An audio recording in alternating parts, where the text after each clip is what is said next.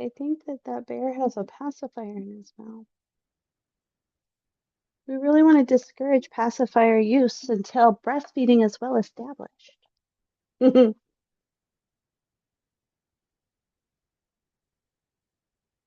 Oh, he can have it. Now Amy took his pacifier away. Anybody else come in? Shay, are you joining? Yeah. Hi, Asia. We're going to play a Kahoot game. I don't know if you are able to join. You can either scan the QR code that's on the screen here, or you can go to kahoot.it on your device and enter this game pin.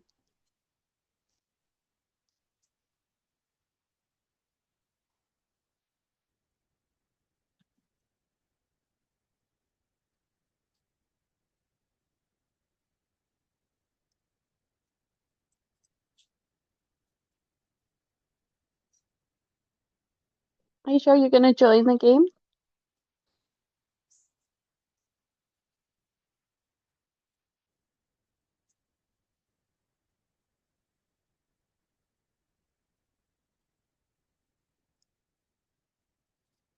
Well, I'm going to let it start, and then if you can still join the code, the pin will be at the bottom of the screen.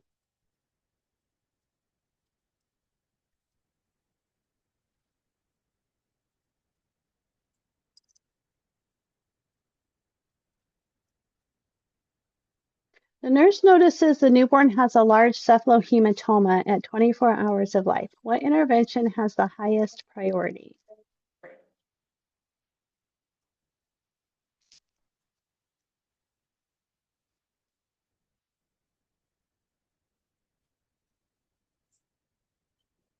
Okay, so what's a cephalohematoma?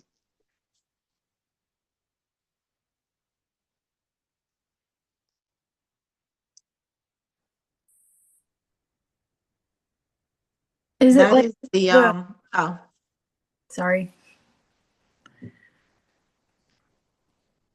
That Amy. Oh, I was just gonna ask if it was like the collection of blood at the top of the head. So it is the collection of blood, and it tends to be a little bit off to a side because it's not going to cross the suture line. Okay, so the suture line comes through the middle, and with the cephalohematoma, it's under the periosteum that covers the bone on that side. And so it's going to be stuck in that pocket. It's not going to pass over into the next section. So that collection of blood is going to increase the baby's risk for jaundice because the body has to break the blood down. And when we break down blood, then the byproduct is going to be bilirubin. Okay. What about caput? What's caput? It's the one that passes the suture lines, right? Hmm. And it's not blood, it's more superficial. It's like edematous.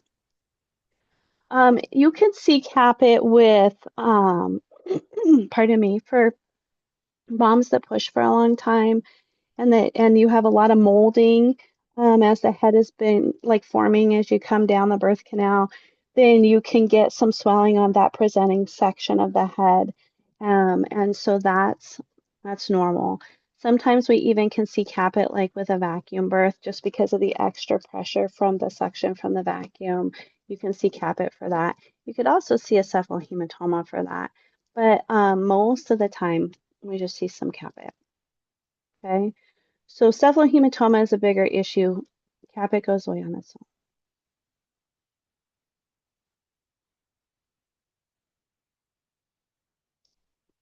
The nurse is presenting education to lactating mothers. She emphasizes that the optimum time to initiate lactation is when?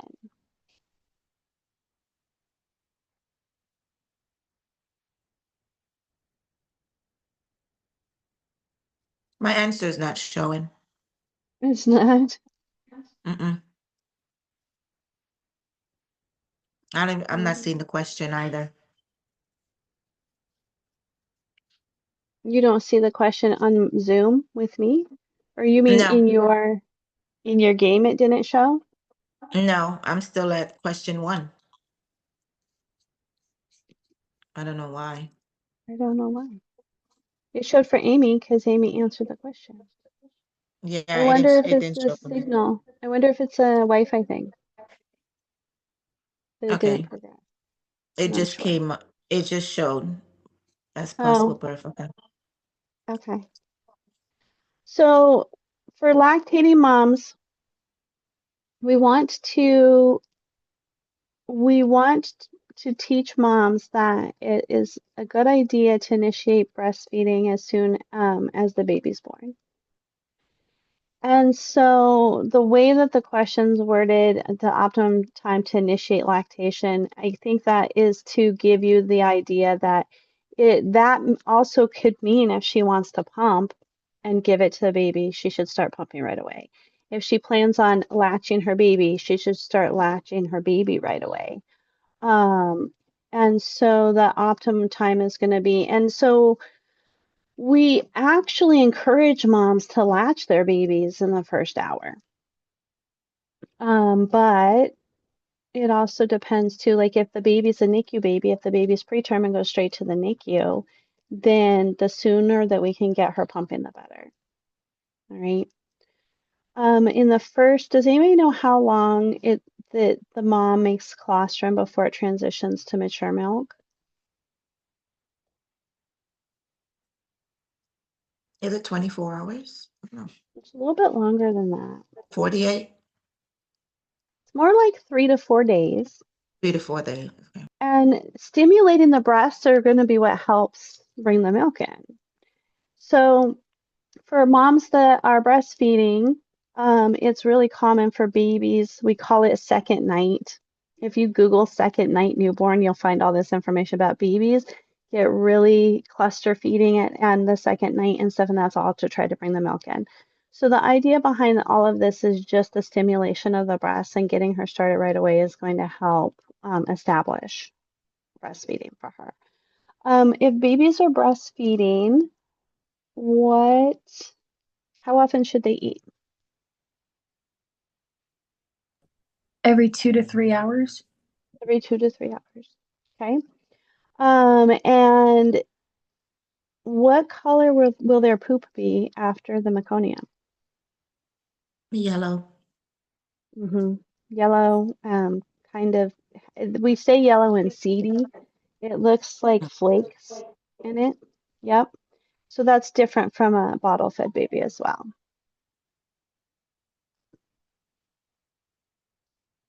The baby's vital signs are 96.5, heart rate is 120, and respirations are 40. The infant is pink with acrocyanosis. What is the priority for this baby?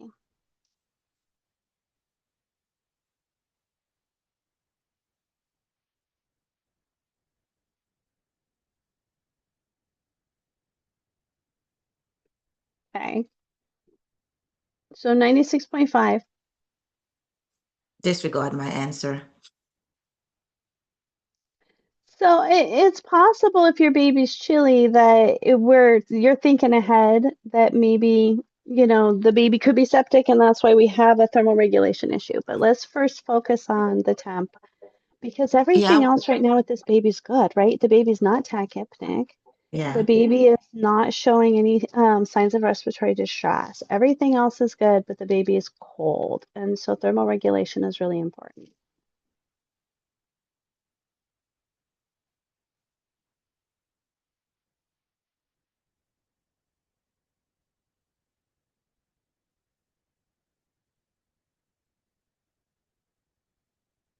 When performing an assessment on a neonate, which finding is most suggestive for hypothermia?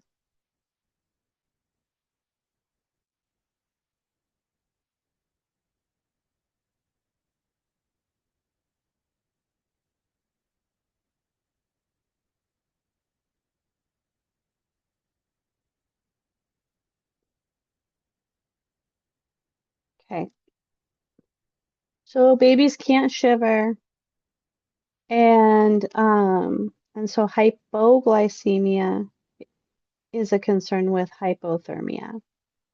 because if they can burn their own brown fat for heat, it starts that non-shivering thermogenesis cascade. Okay, so hypoglycemia is the better choice, but their heart rate can be low, bradycardia.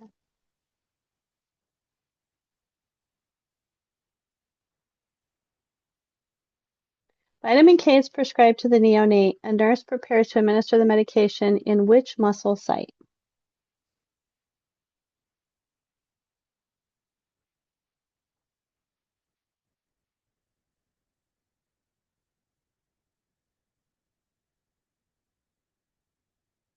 Okay, so this goes in their thigh, in the vastus lateralis. Okay, what do we give vitamin K for? Clotting factors. Yep, to help with clotting. So important that babies have it like before they get a circumcision.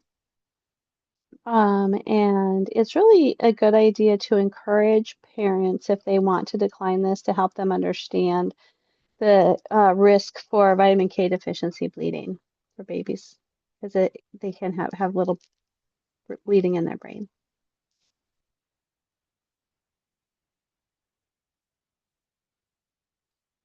Which finding would the nurse expect to see during the assessment of a newborn born to a mother addicted to drugs?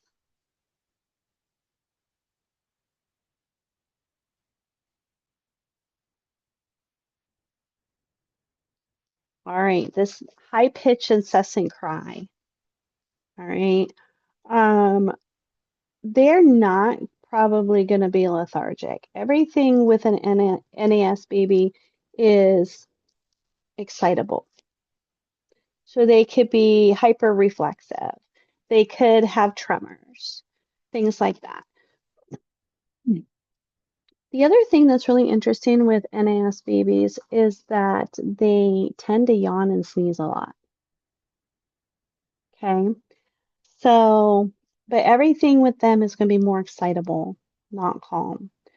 Correct that we should cuddle them, but this cuddles when held, they aren't going to really cuddle back. They're going to be kind of, but you want to hold them, keep them in calm environment, minimize every stimulation. Okay, there's some hospitals that have people that are hired as baby holders for this purpose. And then actually, if you guys look at the discussion board this week, we're looking at NAS, and so we're talking more about that.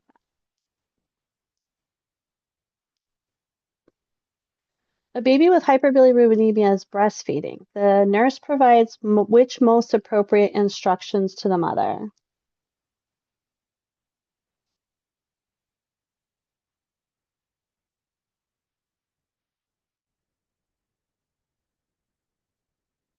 Yep, good. We want her to keep feeding and feed frequently.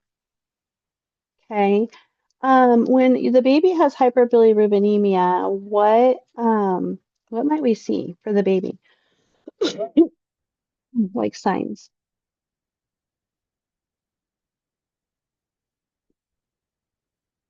Yellow? It'll be Mhm. yellow, right? That's usually like the first thing. You know, you can see that they have yellow color to their skin or their sclera. Um, and we would be testing the bilirubin level, remember, with the TCB that touches their skin, or else if that level's high, then we do the TSB where we check the blood. And then if that it's high, what are we going to do for treatment? Put them under the Blue heated light light, therapy. light therapy, yeah. Hmm. And what is it going to do? What's the point of phototherapy? Break down the To break it bilirubin. down. Good. Mhm. And then how do they excrete it? Through the poop. Poop. Mhm. Which is why we need them to eat a lot so that we're moving, right? So we're going to feed them frequently and so that we get them stooling so that we can help clear that bilirubin out. And then the phototherapy is going to help take that unconjugated bilirubin and conjugate it for excretion because we don't want the unconjugated bilirubin to cross the blood-brain barrier, right? Do you remember what happens, what that is if that happens?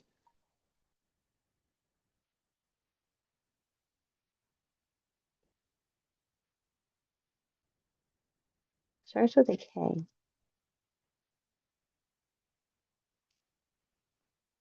It's called kernicterus. Okay, and remember that we talked about well, if you're in my Friday class, we haven't talked about it yet. We talked about it in class on Monday that kernicterus has the potential to well, it's irreversible, and then it can cause brain damage, and a lot of babies actually don't survive, but they will have. It's not something you can reverse. So phototherapy, get the baby eating, and keeping the baby under the Billy lights as much as you can, and then eating and watching INOs are really important for this baby.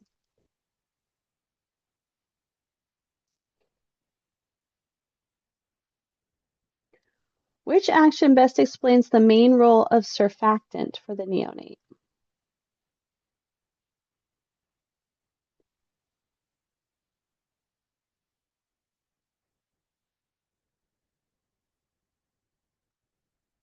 Good.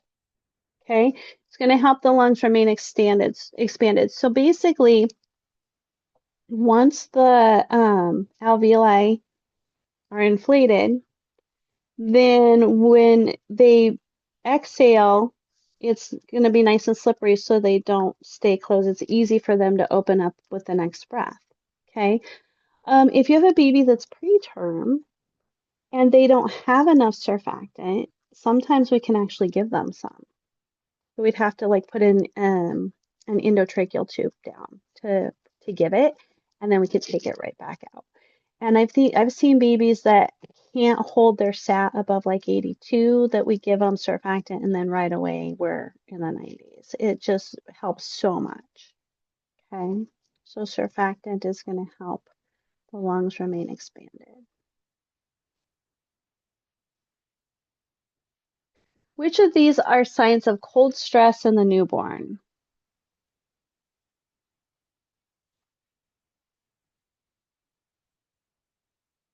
Yep, all of it. Okay, so we can see like the mottled skin, and they can be cool to the touch, and all the things it says here: lethargy, weak cry, tachypnea, so breathing faster. Okay, hypotonia. These babies are at a risk for metabolic acidosis. All right, and also for hypoglycemia.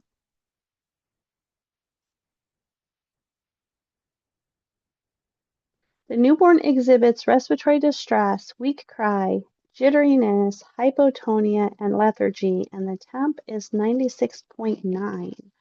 What is the priority? Okay, all of these symptoms, respiratory distress, weak cry, jitteriness, hypotonia, lethargy, what are those symptoms of? Cold stress. So some of it is cold stress. But the key one, and it's hard, right? We taught with babies, there's so many like cold stress, respiratory distress, um, hypoglycemia. A lot of these, we'll see those signs in other things like sepsis and stuff like that. So it's a little bit hard to always tease out. For this one, when I read this question, the fact that the baby is jittery is a big sign of hypoglycemia. And then you have a baby who's cold, 96.9, and we know that hypothermia and hypoglycemia tend to go together. So you guys were correct to think that we should check a blood sugar here. It is possible that this baby is experiencing cold stress because a lot of those symptoms could be cold stress also. And one of the things that happen with cold stress is hypoglycemia. So it could be cold stress. It could just simply be hypoglycemia. Regardless, we do need to warm this baby up, but the priority is going to be to check the blood sugar, which you guys identified correctly. So that's good.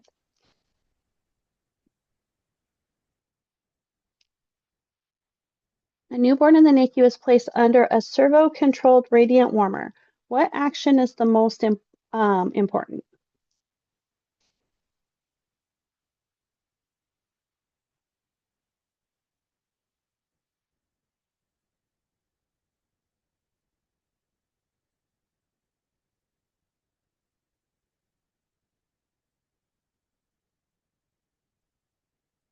Yeah. So with the servo-controlled radiant warmer, have you guys seen a radiant warmer at clinical? Okay. We put the baby on it, and you can have two settings. You can just turn it on and it's just warm. And that's good to take your baby over for short things like a head to toe assessment, right? But if I'm concerned about the baby's temp, so on this question, this baby's in the NICU, so the baby's going to be on the warmer for extended periods of time. But I'll also do this too in the room. If I have a baby that is cold and I put that baby skin to skin and the baby's not warming up, then we might use the warmer for that too. In that case, we'll use the servo, and the servo has a little temperature probe that you just attach to their belly, and then you can set the monitor, the warmer to the temperature you want the baby to be, and it will adjust its own heat to warm the baby to the temperature that you have set it to. And so it's just important that you keep track of where the temp probe stays on the baby's belly, because if it falls off and then it thinks that the baby is cold, then it's going to heat up too much.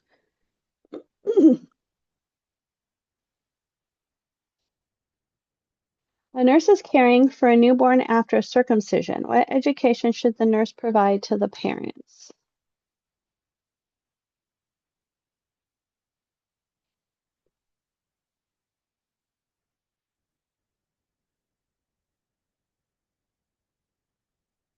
Okay. So for this, with the circumcision, once the baby is circumcised, using petroleum jelly is going to be important because the tip of the penis is going to be very red, very angry. Actually, I was very surprised when I first saw one. I was like, wow, is that normal? Because it's very red and angry. It also can have some normal kind of serous or serosanguinous drainage happening. And if you don't have petroleum jelly on it, then it's going to dry like that and the diaper is going to stick to the tip of the penis. And then when you take the diaper off, then it would just pull and tear. It would be very bad. So petroleum jelly keeps that from happening. What kind of things are we considering for circumcision, do you think? So that's how we're going to take care of it after. What about like as we're preparing to do it? Making sure we give the vitamin K shot. Good. Baby needs vitamin K. We also want to give the baby a bath first. Okay. Consent, right? If the baby's urethra is not at the tip of the penis, does anybody know what that's called if it's above or below?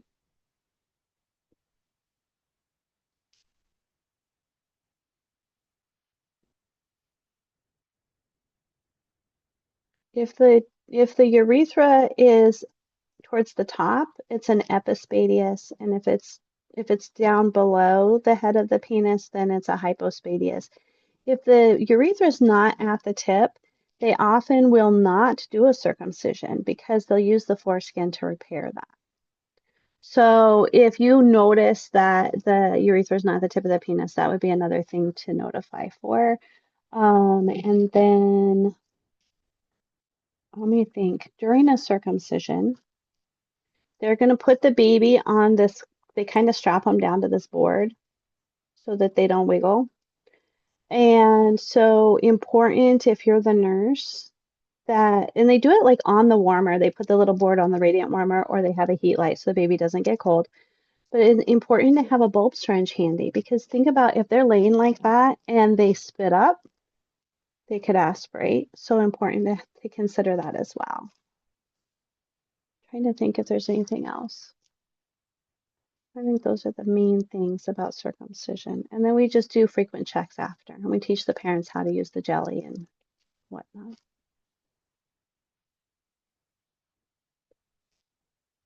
The nurse is caring for a breastfed newborn. What will the nurse expect the stool color to be 5 days after birth? Oh, we did this one already. Like we didn't have to do the question, but we talked about it. Yep. So black and tarry, what kind of stool is black and tarry? Meconium. And then it's going to kind of go to this greenish yellow color, and we call that transitional stool. And then it goes to the yellow.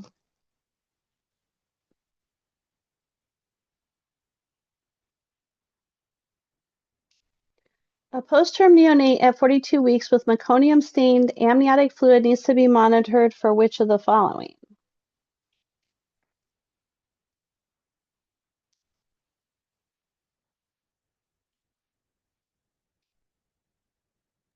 I clicked the wrong one. You're like, no, no, no. So what would we see? If the baby had meconium-stained amniotic fluid, what's the concern?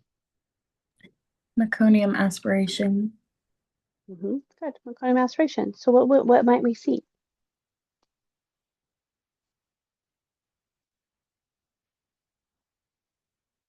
Respiratory, clearly, but what kind of signs and symptoms would go with this? Like tachycardia? Tachypnea. So fast Tachypnea. There you go. breathing. hmm Fast breathing. So respiratory rate faster than what? 60. Yeah, yeah. Yep, good. Faster than 60. What other signs and symptoms might we see with a baby that is experiencing respiratory distress because of meconium aspiration?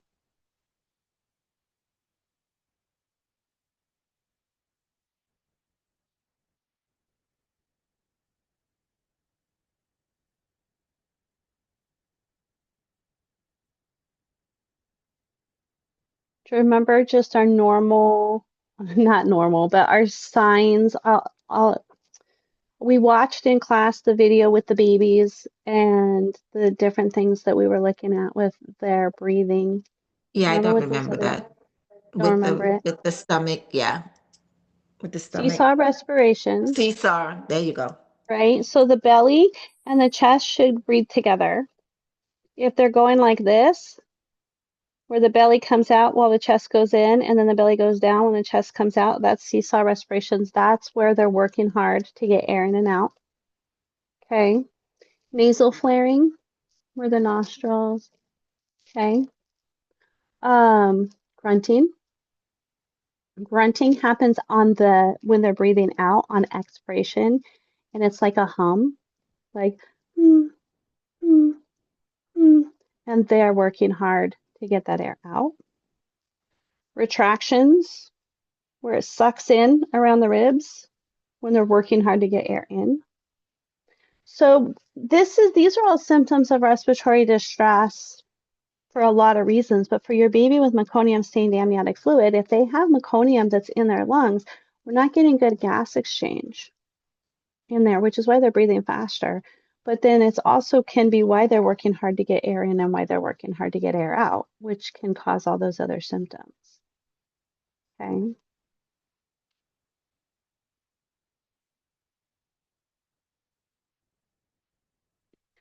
What will the nurse expect when assessing the anterior fontanelle on a healthy full-term newborn?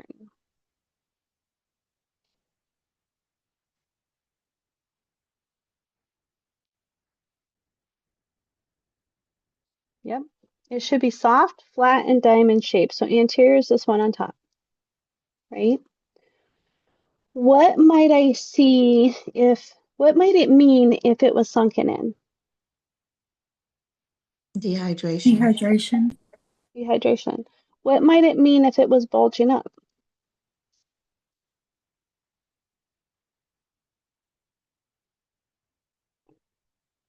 We can see bulging up with increased intracranial pressure. So it could be things like sometimes we just see it when the baby's crying hard. Okay, but it also we could see it like with shaken baby syndrome, and sometimes and they have increased cranial pressure. We could see it with hydrocephalus, where they have an increase in cerebrospinal fluid in their head, and the whole head is actually getting bigger, but you could see that as well. But most of the time, we're looking more like that it's soft and flat. If we see a depression, it could be a sign of dehydration. What else might we see with dehydration besides a sunken foot? No. Tachypnea and tachycardia. So, yeah, also those and like dry mucous membranes, um, decrease urine output, right? How many wet diapers should a baby have in the first 24 hours of life? Isn't it? One, One or two? One. Okay. How many wet diapers should a baby have in the second day of life? two, Two. How many wet diapers should a baby have in the third day of life? three, Three. Yep. How about fourth day? four. Four. Four. And then after that, we should be for what we would expect from a normal newborn after those first 4 days, which is how many? Like six, 8. Six to eight, eight. 6 to 8, 6 to 8. Yep. Good. 6 to 8. And so if we see decreased urine output in a sunken fontanelle, we're like, that's probably not good, right? Signs of dehydration.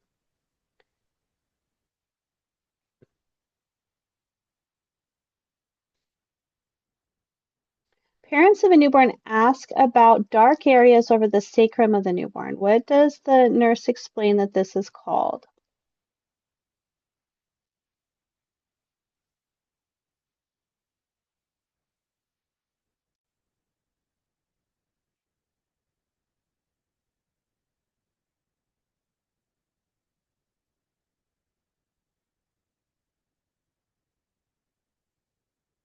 These are Mongolian spots. This is normal, okay? The thing with Mongolian spots or hyperpigmentation is that they aren't going to go away. They might fade a little bit over time, but typically they aren't going to go away. And so it's a good idea to have them documented because they look a little bit like bruises sometimes. All right, so that helps in case that ever comes up as a concern for them. Reassuring the parents that nothing's wrong. Okay. Um, what is nevus simplex?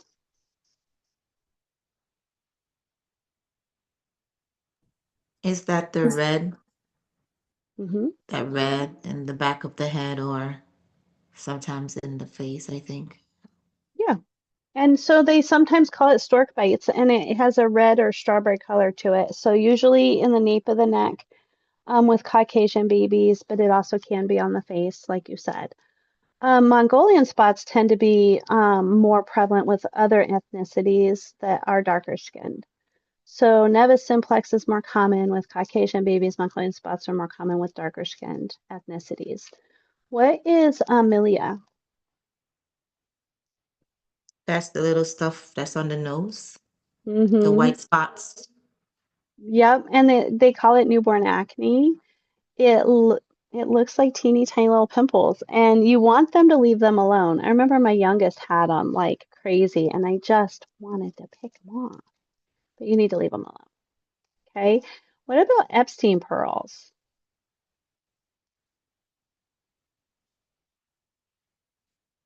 Epstein pearls are like these little white bumps on their gums, and they're also normal and not anything that they need to do anything about.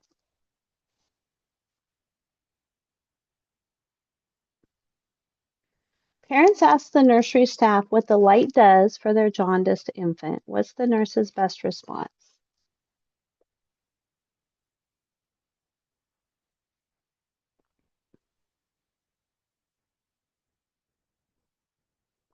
Good, right? We're going to go from unconjugated bilirubin to conjugated bilirubin so the baby can poop it out.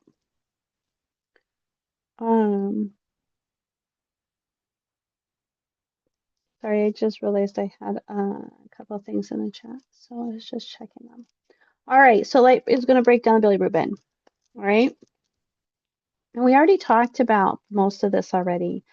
One thing I think we didn't talk about. So if your baby's on the phototherapy, then what we talked about frequent feeding, we talked about keeping the baby on the lights. What we didn't talk about is protecting the eyes. Okay, so when they're on there, we need to put little eye covers on them. And they have some that have little glasses drawn on, so it looks like they're wearing shades. It's kind of cute. The baby doesn't think it's cute, but the parents like it. But the baby should be just down to a diaper so that as much of the skin is exposed as possible. A newborn who has an asymmetrical moral reflex response should be further assessed for which of the following?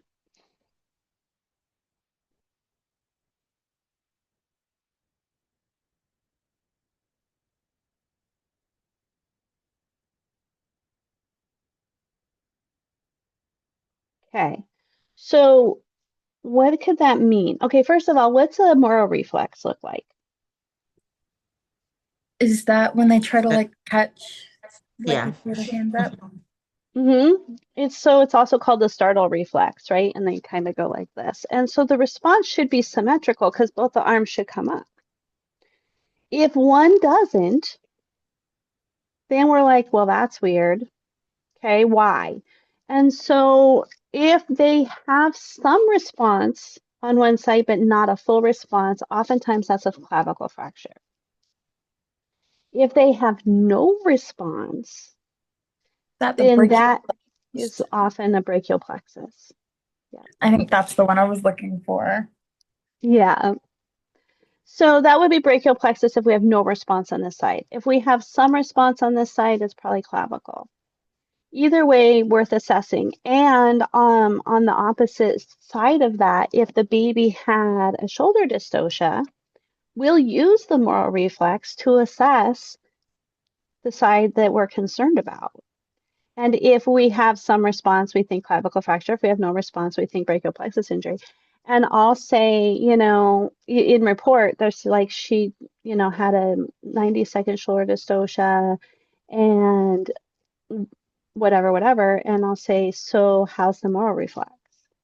I want to know. Well, we're not getting a response on that. So I said, so are we worried about a brachial plexus injury? Like, you're just kind of, that's your line of thinking for that.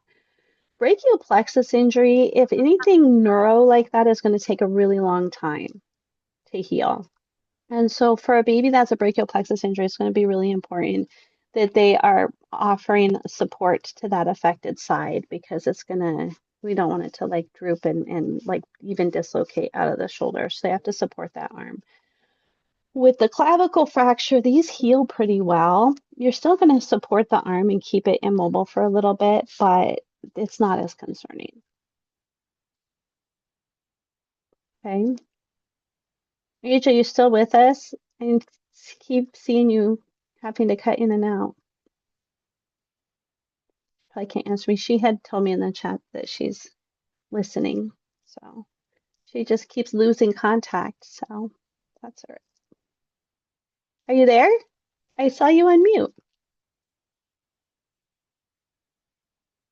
Asia, if you want, you can also call out answers. You don't have to be in the game. Okay. Which newborn should the nurse recognize as being most at risk for developing respiratory distress syndrome?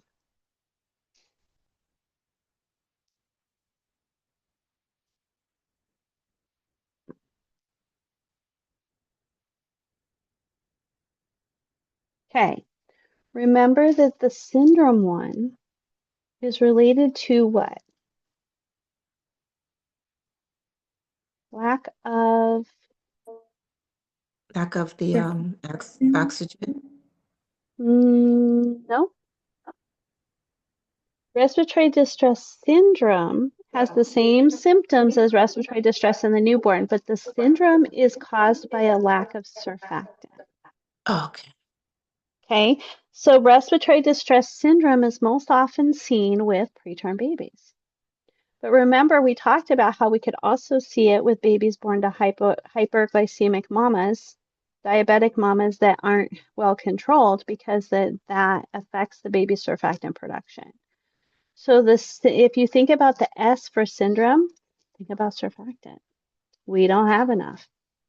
Okay, so this is going to be your preterm baby, or your baby your baby born to diabetic mom with poor glycemic control.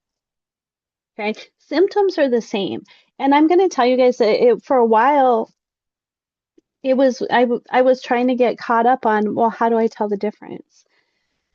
You really only know you can.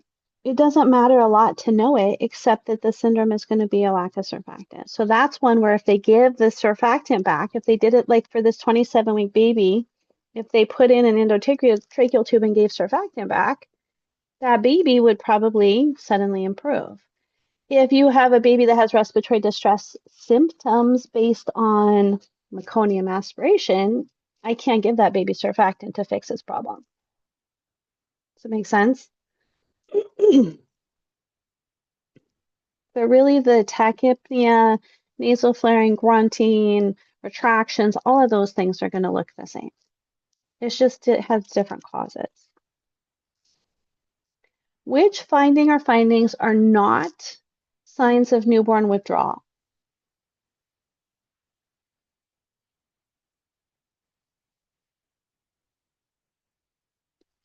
Okay. So I didn't even remember this question was here. We talked about yawning and sneezing is a sign.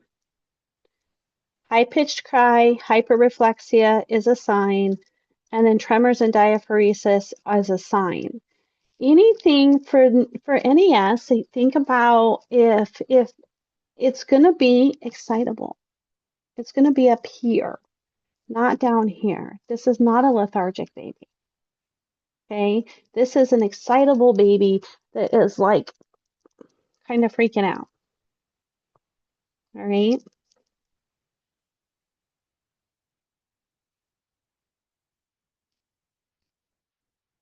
Which of the following actions would be least effective in maintaining a neutral thermal environment for the newborn?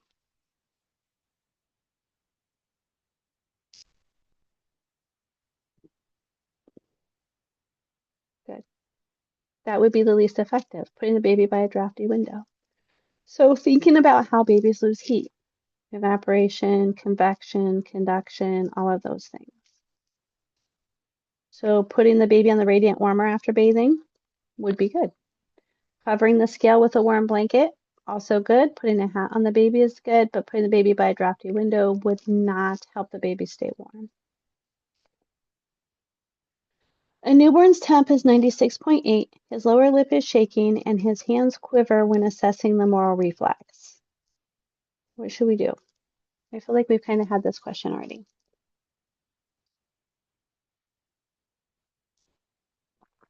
I can't see the answers. Red is remove the hat, blue is feed the baby, yellow is do a blood glucose, and green is stimulate the baby to cry. It was yellow. So we talked about this before. If you have a low temp, worry about the blood sugar. So this baby also, his hands quiver when assessing the moral reflex. So when we did the moral reflex, they're like this. What is that, do you think? That quivering.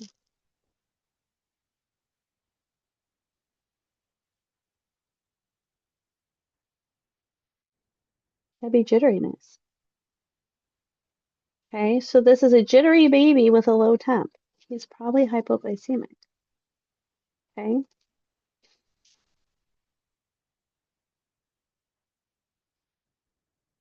What's the nurse's best response to a mother who is voicing concern about the molding on her 2-day-old infant?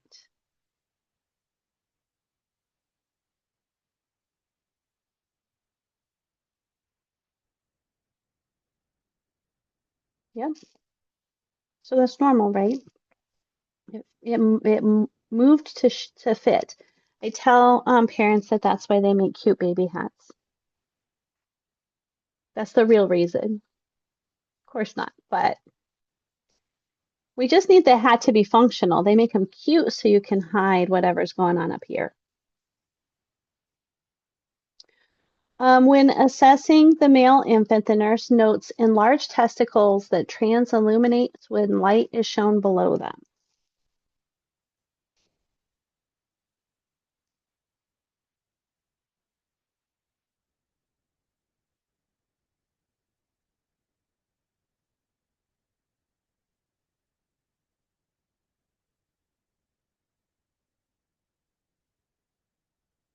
Yeah, this is a hydrocele.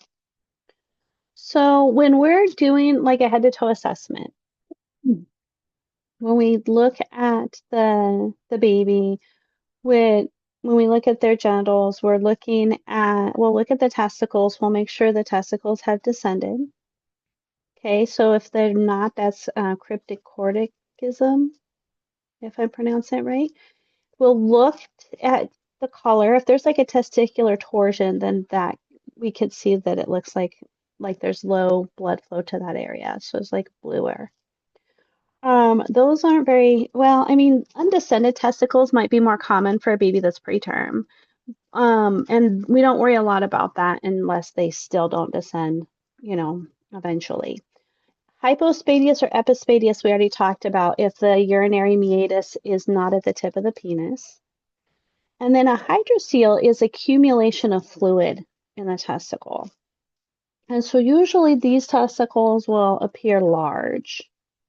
And so if you just put a light under it, it'll glow because it's fluid that's in there. Okay, so those are all different things we're assessing when we look at little boys' genitals. For a girl, there's not a lot of things to evaluate for a girl. The labia may or may not be enlarged just from mom's hormones. They might be swollen. And we might see discharge, vaginal discharge. That's normal, also from mom's hormones. And sometimes it can even have a little bit of a blood look to it. Most of the time it's white. For a little girl, the discharge is white like leukorrhea, but sometimes it can have a little bit of blood in it as well. All of that is based on mom's hormones and it's totally normal. Okay, so those are some of the things we're assessing for boy and girl.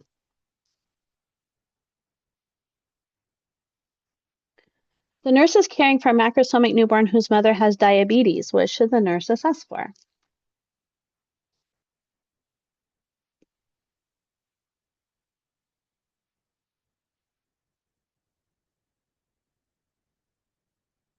Good, right? Hypoglycemia. What else?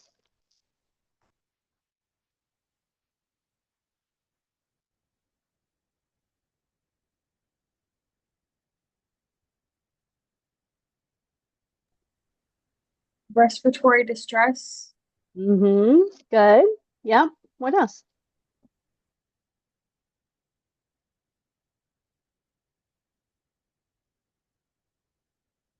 Maybe signs of birth injury since the baby was big. So we could do the moral reflex, see if everything's fine. But probably our big concerns are going to be hypoglycemia number one, and then also respiratory, depending on on how the baby's doing as far as how the mom's glycemic control was, and if the baby's showing signs of respiratory distress, because they could have the respiratory distress syndrome from a lack of surfactant. A nurse examines the breast of a prima paris breastfeeding mom who is 1 day postpartum. An expected finding would be what?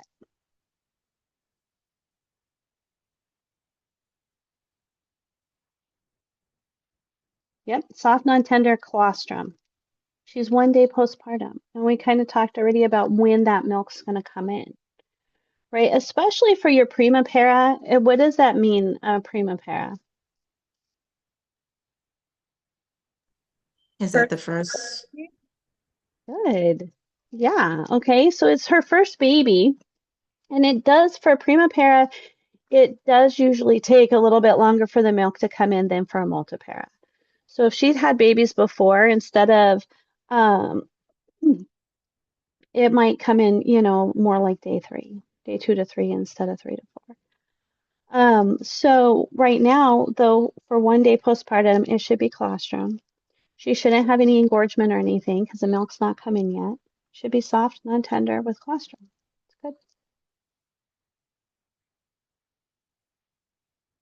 Swollen, warm, and tender. Maybe that's mastitis. Leakage of milk at letdown wouldn't be happening yet because it's just colostrum. Blisters or bruises. Actually, let's talk about this one for a second. If we saw blisters or bruising on the areola, that baby is not latching well. Okay, so latch is really important, and we should be assessing that from the very first feed. Okay, so if you're in my class and you watched the newborn nutrition video, it talks about that deep latch where the baby is going to take the whole nipple and the areola in. Okay, and we're going to see, like, when the baby is sucking, if they have a good latch, the cheeks should move in and out. Okay, and we shouldn't hear like any smacking sounds or anything like that. And so we want to start assessing latch from the very first feed, because if we start getting blisters and skin breakdown, mom's going to be really sore and tender. She's not going to want to keep latching her baby because it hurts. The baby's not going to be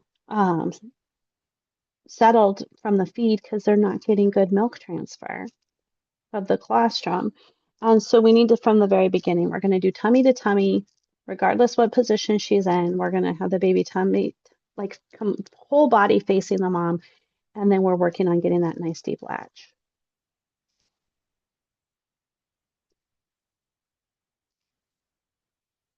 In administering vitamin K to the infant shortly after birth, what should the nurse understand about vitamin K?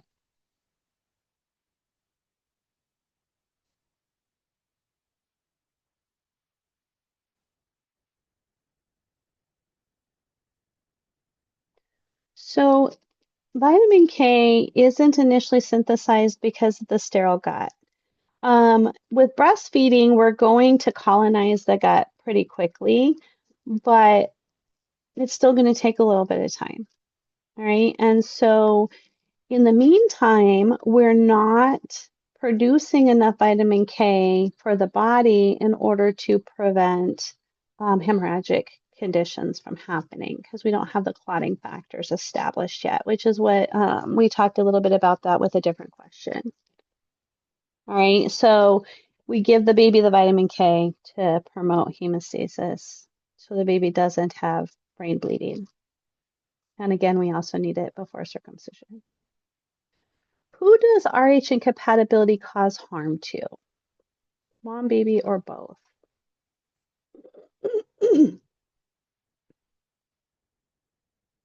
Okay. RH incompatibility, what's happening with this? That's when the baby is positive And what's the mom? and the mom is Negative. negative. Correct. Yeah. Good. This isn't going to harm the mom. Okay. The only thing that'll happen with this is that if she develops antibodies to the Rh positive baby, the next Rh positive baby will be affected. And it can be very profound. Okay, so we can see conditions like what's called erythroblastosis fetalis, where the antibodies from the mom destroy the baby's red blood cells at such an alarming rate that sometimes they even have to do exchange transfusions for the baby while it's still in utero. Like, it can be super significant. So what do we do for Rh negative moms to try to prevent this accumulation of antibodies to the Rh Rogan. positive? Give Rogan. Rogan. We give Rogan. Yeah. So who does it harm? It harms the baby. It's not going to harm the current baby. It'll harm a future baby if we don't give Rogam and the next baby is also Rh positive. Okay. A nurse applies erythromycin eye ointment to the newborn's eyes. The nurse explains that it's used for what purpose?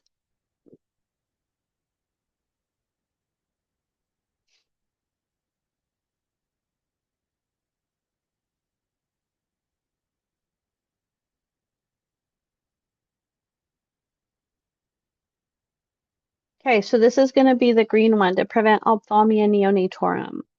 So this ophthalmia neonatorum is a conjunctivitis that can happen for the baby, primarily if certain conditions exist for the mom. Does anybody know what those are? Chlamydia and gonorrhea. Chlamydia and gonorrhea. Okay. We're going to give, sorry, I'm really junky. I think I'm getting sick. We're going to give ophthalmia neonatorum we're going to give erythromycin ointment to all babies to prevent ophthalmia neonatorum because even if your mom tested negative for these conditions at the beginning of pregnancy, you don't know if she's contracted them since. And this is a simple one-time dose that is going to protect the baby's eyes. And so we just do it for all babies, regardless of what the labs show from the initial prenatal visit. How can the nurse decrease heat loss by evaporation?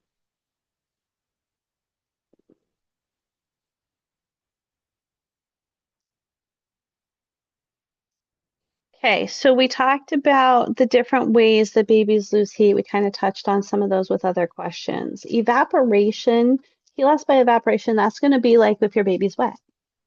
So we want the baby not to be wet. Okay, so when the main times the baby's wet is when they're first born and when you give them a bath.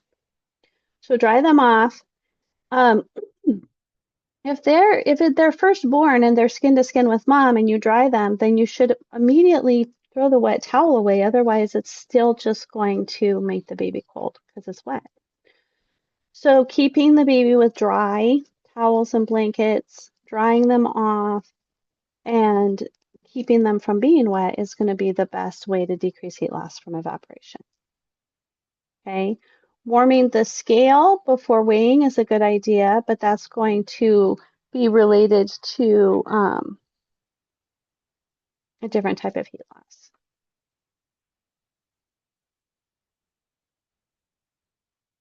So like conductive. Which of the following characteristics will distinguish a post-mature neonate at birth?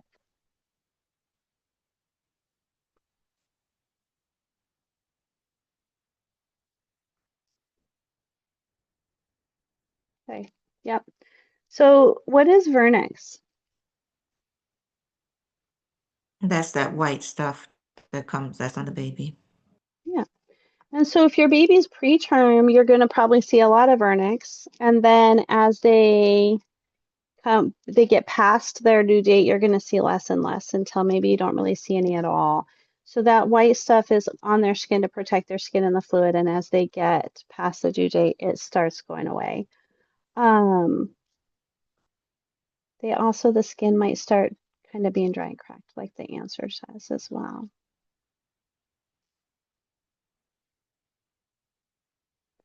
When the newborn's crib was bumped, the nurse noticed that his legs flexed and his arms fanned out. What is this behavior?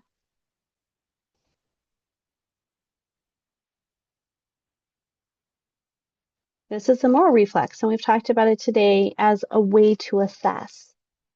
Okay, it helps us know if we have a clavicle fracture or a brachial plexus injury, right? What about some of our other newborn reflexes? What other newborn reflexes do we assess, and what might they give us? Like, what is the purpose? The grasping reflex. The grasping. Okay. The when you press on the feet, the grasping toes. The I grasping forgot the word for toes. that. Yeah, I forgot the word The for plantar that. grasp. I There you love go. grasping toes. I love that. So you have the palmar grasp and the plantar grasp. What else? What's the other one on the foot?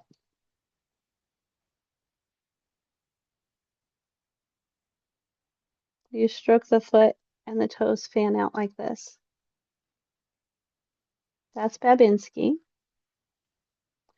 What about the one where we stroke the cheek and the baby goes The rooting. to rooting? which that one helps us for what? Breastfeeding. Breastfeeding.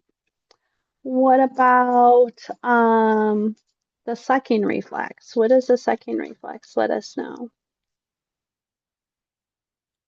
That they're able to latch. Mm. So that's true. So their suck though also is, well, and all of our reflexes actually can give us a sign of how they're doing neurologically. But if I have a baby that had really low APGAR scores, we're assessing the reflexes frequently to see if the baby is having any neurologic impairments. Also true if you have some congenital anomalies, and the suck is one of those ways we can really tell. Okay. Um, and so when we assess the reflexes, some of them help us with other things. So like the moral reflexes lets us evaluate birth injuries, and the rooting reflex helps with breastfeeding and things like that. But a lot of them, like Bavinsky and sucking and things like that, also really let us know that our baby is neurologically intact. So that's another good way to assess our baby. What action does the nurse implement to protect newborns from infection while in the nursery?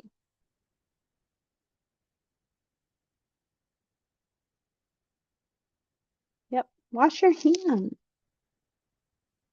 I think that what I see now, I mean, I haven't been to a lot of hospitals, but I see that oftentimes the babies are separated by different rooms, but sometimes they're still just in bays, like this bay and this bay and this bay. And so really easy to go from this baby to this baby. And you need to just really stop and remember to wash in between. When assessing the APGAR score, which normal finding could the newborn lose points for?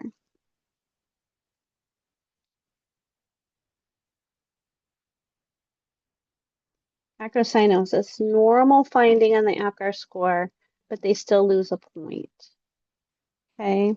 And I think we only have like one more question on the game. And then if you guys want to go over APGAR score, if you aren't sure about it, we can do that too.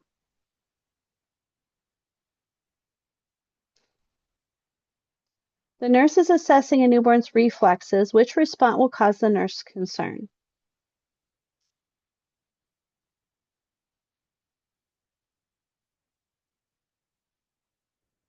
Okay, so again, if we're having any alteration from normal reflexes, we're concerned about it. It could be a sign of a neurologic issue, or depending on what reflex is affected, it could be signs of other injuries as well.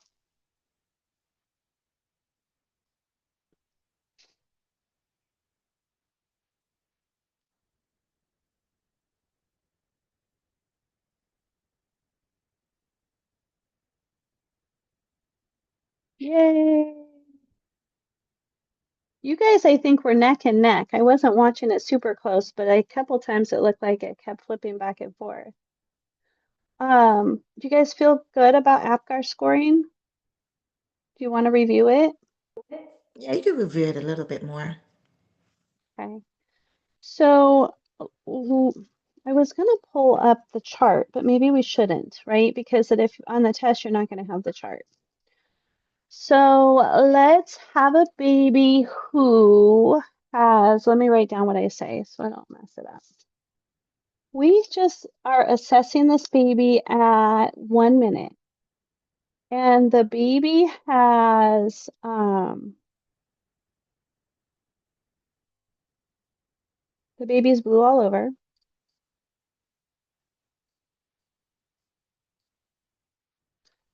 Heart rate is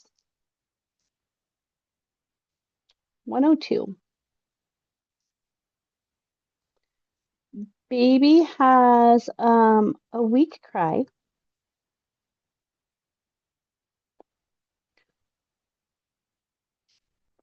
Baby has the baby is not all the way floppy, but just has a little bit of flexion of the extremities.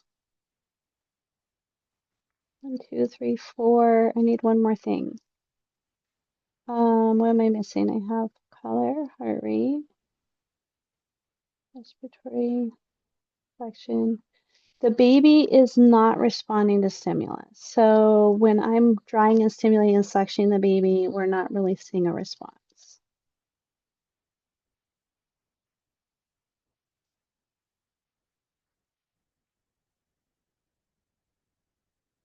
Okay. So let's put it in a document.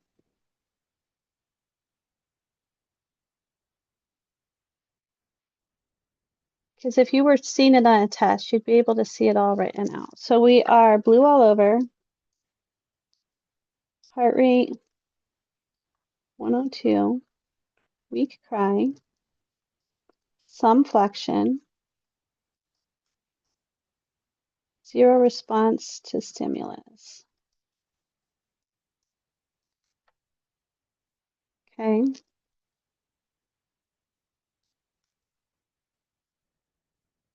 So what are we assessing with the first A?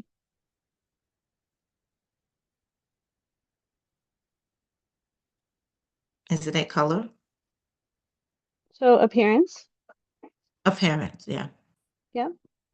So how many points do you want to give this baby for appearance? 0. 0, because we're blue all over, right? So no points. What is the P? Is it pulse? Mm-hmm. Oops. What do you want to give this baby? How many points do you want to give this baby for pulse? 2. Because it's 2. over No. 100, right? Is it two? Oh yeah, two. Above or below 100? Okay, so the Mhm. baby's above 100, barely. So that's not really where we want the baby's heart rate to be, right? What's normal heart rate for a baby?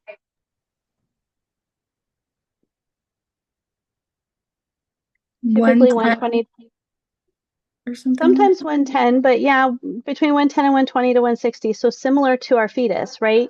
But for our Mhm. purpose for APGAR score, we just need to be above 100 to get 2 points. So we got 2 points for pulse. What's the G? grimace. Mm-hmm. Grimace. And this is going to be how the baby responds to stimulation. Okay, so this can be how your baby's doing when you dry and stimulate them. If your baby's really not doing well, it could be how your baby responds to even being bulb suctioned. Okay, so this baby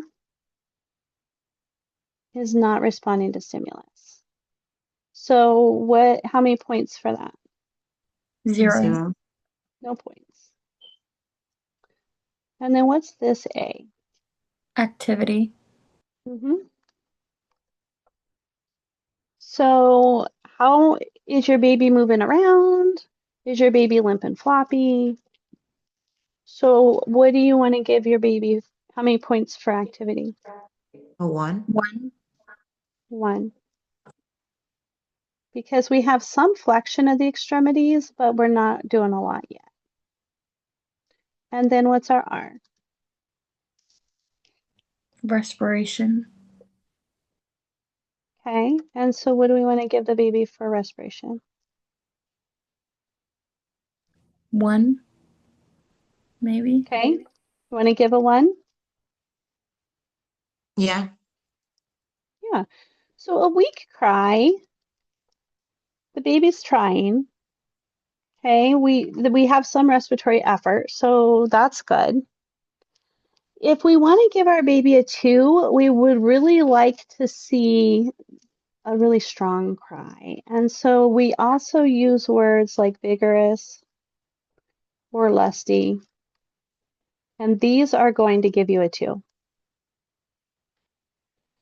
In real life, if my baby doesn't want to cry, but they're breathing well, I might still give points there. I might give 2 points if they're breathing well and they're not crying. But for the purpose of the APGAR scoring tool, we want to see that nice, strong, vigorous, lusty cry for 2 points.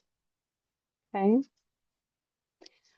If it doesn't look like you have all 5 categories in your list. All right. If you have a baby that's floppy, they're not, also probably not earning points for grimace either. Because grimace is the way they respond. It's not as much the fact that they do respond, but the way they respond. So like grimace can be the furrowed brow and the crunched up face, like stop bothering me, lady. All right. So if for some reason your questions don't have 5 categories listed, look at what's happening with your activity, and that can give you a clue about your grimace as well. Okay. All right. Cool. Anything else? Questions, thoughts? No.